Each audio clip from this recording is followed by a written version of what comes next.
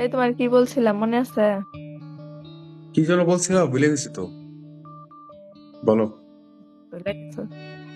বলছিলাম যে আজকে মাংস রান্না করার জন্য। তাড়াতাড়ি মাংস? বের হয়ে আসো যাও। আমি ডিউটি শেষ করে এসে অলরেডি কাটতে বসছি সবজি।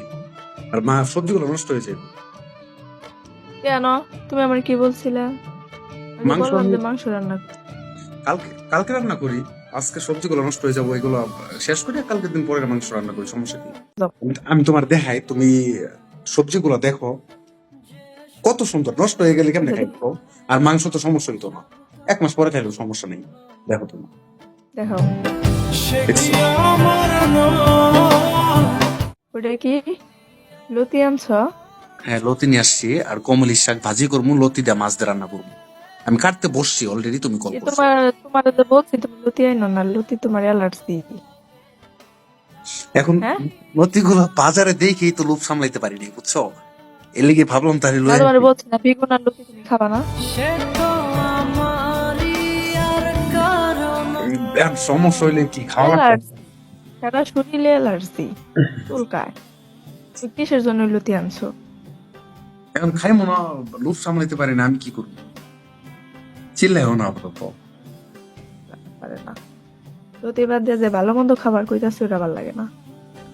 মাঝে মধ্যে তো এগুলাও খাইতে মন চায়। লতি বাদ দিয়ে সবকিছু খাও, লতি আর বেগুন বাদ দিয়ে। অ্যালার্জির কথা বললো না।